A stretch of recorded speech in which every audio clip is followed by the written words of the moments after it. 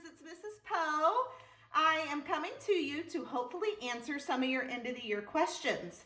Obviously, this is a very unique situation which presents some challenges for our end of the year celebrations, grades, awards, graduations. So I want to be able to answer those questions as thoroughly as possible.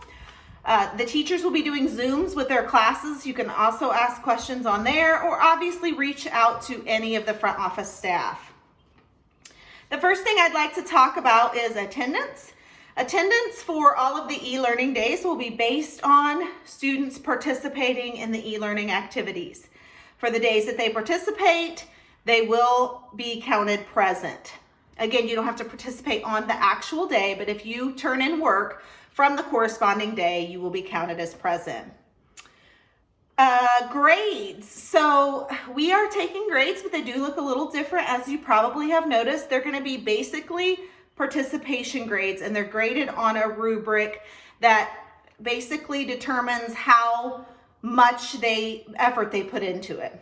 Kindergarten and first grade, because they're standards-based report cards, that makes it a little difficult, so they will not have a report card at the end of this 9 weeks. Teachers have just been checking for participation. If the child participates, but the work isn't their best work, the teacher should be sending that back and asking for a resubmission. In grades 2 through 6, the grades will all be posted on Information Now. We will not send a formal report card home because it does look a little different and those grades are skewed a bit. If you'd like a formal report card, please let us know and someone will print one out for you. Otherwise, you can just print it out from iNow. Some have asked about book rental. If you owe book rental for this year, you can take that payment to our central office. Someone is typically there every day.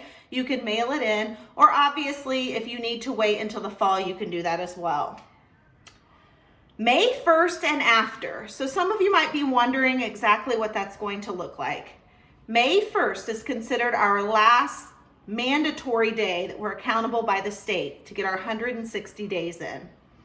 After May 1st, for the remainder of what would be our school year, so through May, we will provide lessons that are completely optional. Teachers will not be providing feedback or checking on those and communicating with your child because their school year with students is over. They will be working on everything that they have to do for next year.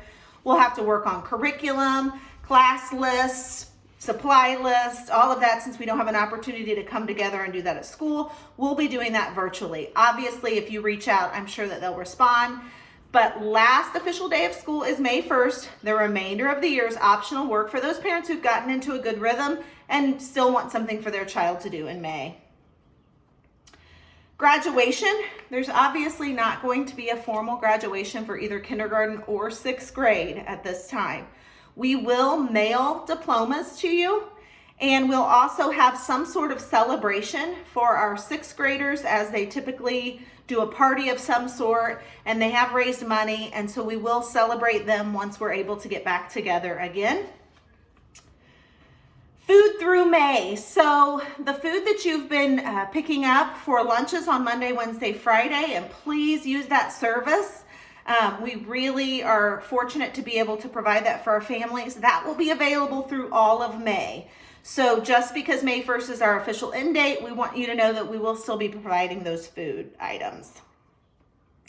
How do I get my things for my child? So teachers have gone in very small groups, 1 or 2 teachers in the building at a time, and they have been preparing their room for the summer and taking everything out of desks and putting it into individual bags for students. So when we collect iPads, which will not be until late May or early summer, we will be in contact with you exactly what that's going to look like, but we'll also make available your child's items that were in their desk. So please be on the lookout for specific information regarding that. Awards. So we are going to try and recognize our major award winners: grade, citizenship, attendance, our jet pilots, all of those big things that students work for all year. We will be recognizing those virtually. We will still send awards home, and we will create a PowerPoint presentation that shares all of those winners online virtually and also sent home via email to our families. At this point, that's the best way to celebrate those students. A lot of students and parents have asked about kindergarten roundup and kindergarten screening. We will wait until we are able to come together to do that screening. As you know, we created a Google Drive for you to go ahead and fill out the form to let us know you're coming so we can plan appropriately. If the stay-at-home order continues to get pushed back, we might have to be creative with how we screen those kindergartners. But at this time, we plan to still do a roundup, allow you to come in, do the screening with your child, and our formal process that has worked in the past. If you do not hear from us until the end of May, early June, please don't be alarmed. We will get in touch with you as to what we're going to do for that kindergarten screening. The last thing, which I'm sure is on some of your minds, we were supposed to camp on the roof. We made a promise to our students that Mrs. Renner, myself, and Mr. Fortune were going to camp on the roof. That will still happen, never fear.